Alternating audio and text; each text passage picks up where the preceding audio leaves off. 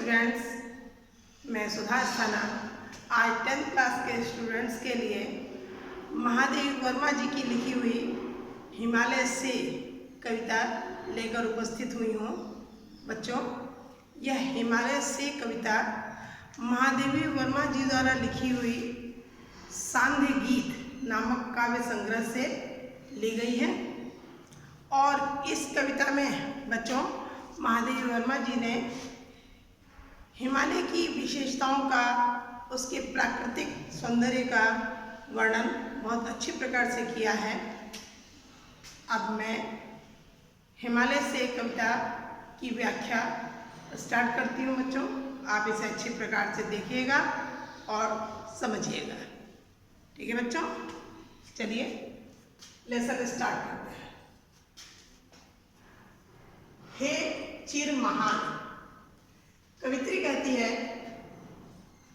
कि हे हिमालय, तुम सदैव ही महान हो, तुम सदैव ही महान हो। यह स्वर्ण रश्मि छू श्वेत भाल, बरसा जाती रंगीन हास। कवित्री कहती है कि तुम्हारी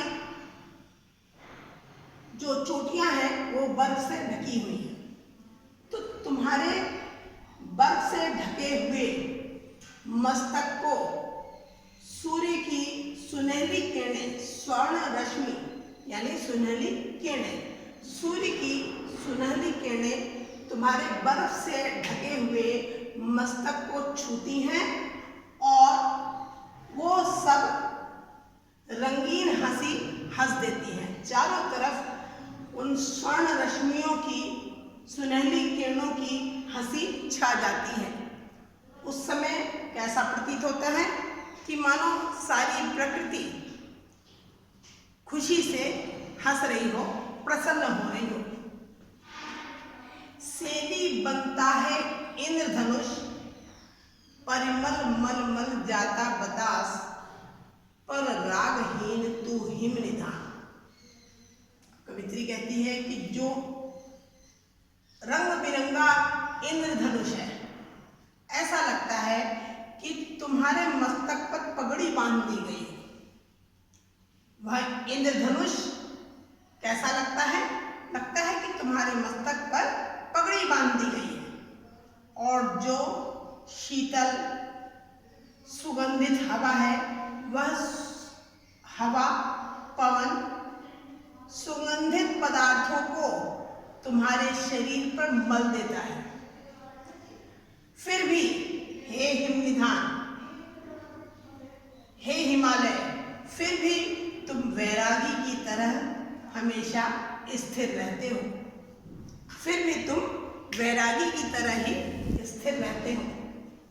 नभ में गर्वित झुकता नशीश, पर अंक लिए हैं दीन शाह। कहती है कवित्री कि तुम आकाश में गर्व के साथ मस्तक ऊंचा किए हुए खड़े हो। तुम्हारा मस्तक किसी के सामने झुकता नहीं है। फिर भी तुम इतने दयाशील हो कि तुमने दीनहीन मिट्टी को अपनी गोद में संभाले हुए हो। अंक माने गोद।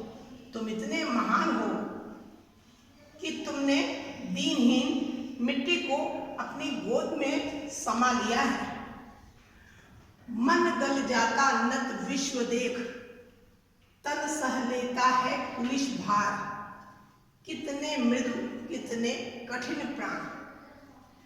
कवित्री कहती है कि अपने सामने विश्व को नतमस्तक देखकर, पूरे संसार को अपने सामने नतमस्तक देखकर तुम्हारा मन द्रवीभूत हो जाता है, तुम्हारा मन द्रवित हो जाता है, तुम्हारा मन दया से पिघल उठता है।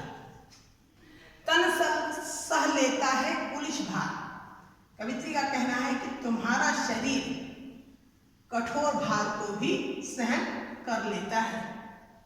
कुलिश भार, कठोर भार को भी तुम्हारा शरीर सहन कर लेता है। तुम इतने महान हो। कौन? हिमालय पर्वत। कितने मृदु, कितने कठिन प्राण, कि तुम अंदर से अत्यंत कोमल हो, मृदु मीन्स कोमल, तुम अंदर से अत्यंत कोमल हो, फिर भी कठोर भार को सहन करने की शक्ति रखते हो। टूटी है तेरी कब समाधि, झंझा लौटे शत हार हार। कवित्री कहती है कि हे हिमनिधान, हे महान हिमालय पर्वत, तुम एक कठोर समाधि में हमेशा लीन रहते हो। तुमने कठोर समाधि लगा रखी है और ऐसी समाधि है जिस पर सैकड़ों आंधियां हमेशा प्रहार करती रहती हैं, परंतु तुम्हारी समाधि को वो तोड़ने में समर्थ नहीं हो सकी हैं। झंझा लौटे शत हार हार, वो समाधियां वो आंधियां हमेशा क्या करती हैं कि तुमसे टकराती हैं और टकराकर वापस लौट जाती हैं, तुम्हारे ऊपर उनका कोई प्रभाव नहीं पड़ता है। बह चला दृगों से किंतु नीर, सुनकर जलते कण की पुकार, सुख से विरक्त दुख में समान। अब कवित्री कहती है कि तुम वैसे अत्यंत कठोर हो, परंतु धूप से तपते हुए जलते हुए कणों की चीत्कार को सुनकर तुम्हारी आंखों से अश्रुधारा बह उठती है, तुम्हें उनके ऊपर दया आ जाती है। धूप से तपते हुए कणों की चीत्कार जब तुम्हारे कानों में पड़ती है तो तुम्हारा मन द्रवित हो जाता है और तुम्हारी आंखों से नीर बहने लगते हैं, अश्रुधाराएं बहने लगती हैं। हे हिमालय पर्वत, तुम सुख से विरक्त हो, तुम सुख की इच्छा नहीं रखते हो, बल्कि दुख और सुख में समान रूप से रहने वाले योगी हो। तुम कैसे हो? तुम उस योगी के समान हो जो सुख और दुख में समान रूप से रहता है। मेरे जीवन का आज मुख तेरी छाया से हो मिला। कवित्री कहती है कि हे पर्वत, हे महान पर्वत, मेरे जीवन की तो यही अभिलाषा है कि मेरी मौन भावना तुम्हारी विस्तृत छाया से मिल जाए। मेरी मौन भावना की, मुख मीन्स मौन, मौन भावना की तुम्हारी विस्तृत छाया से मिलाप अवश्य हो जाए और मेरा शरीर भी साधना की उस सीमा तक पहुंच जाए जहां तक तुम्हारी साधना पहुंची है।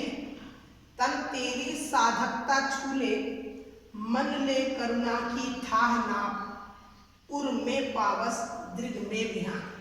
अब कवित्री क्या कहती है कि मेरा शरीर भी साधना की उस सीमा तक पहुंच जाए जहां तक तुम्हारी साधना पहुंची है और मेरा मन भी इतना करुणापूर्ण हो जाए जितनी करुणा तुम्हारे हृदय में स्थित है।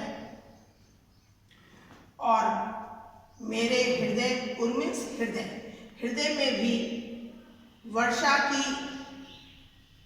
सौंदर्य, वर्षा का सौंदर्य भर जाए और हमारी आंखों में, दृग्मिस आंखों, हमारी आंखों में भी प्रातःकालीन सौंदर्य विराजमान हो जाए। अर्थात कवित्री कहना चाहती है कि जिस प्रकार हिमालय अनेक संकटों, विघ्न बाधाओं, वर्षा, धूप, अनेक कष्टों को हमेशा सहता रहता है, उसी प्रकार मेरे भी जीवन में कष्ट, संकट आए तो मैं भी अपने जीवन के आदर्शों से विचलित न हूं।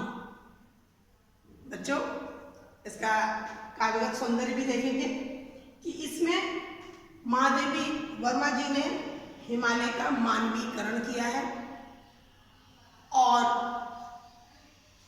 इसमें महादेवी वर्मा जी की प्रकृति सौंदर्य का स्पष्ट चित्रण मिलता है। यहाँ पर छायावाद का स्पष्ट रूप देखने को मिलता है और महादेवी वर्मा ने अपने जीवन में हिमालय की विशेषताओं को, हिमालय के गुणों को अपने जीवन में उतारना चाहा है। भाषा इसमें बच्चों साहित्यिक हिंदी है, रस शांत, गुण माधुर्य है और अलंकार इसमें अनुप्रास, उपमा, उत्प्रेक्षा, मानवीकरण, पुनरुक्ति प्रकाश आदि अलंकारों का वर्णन हुआ है।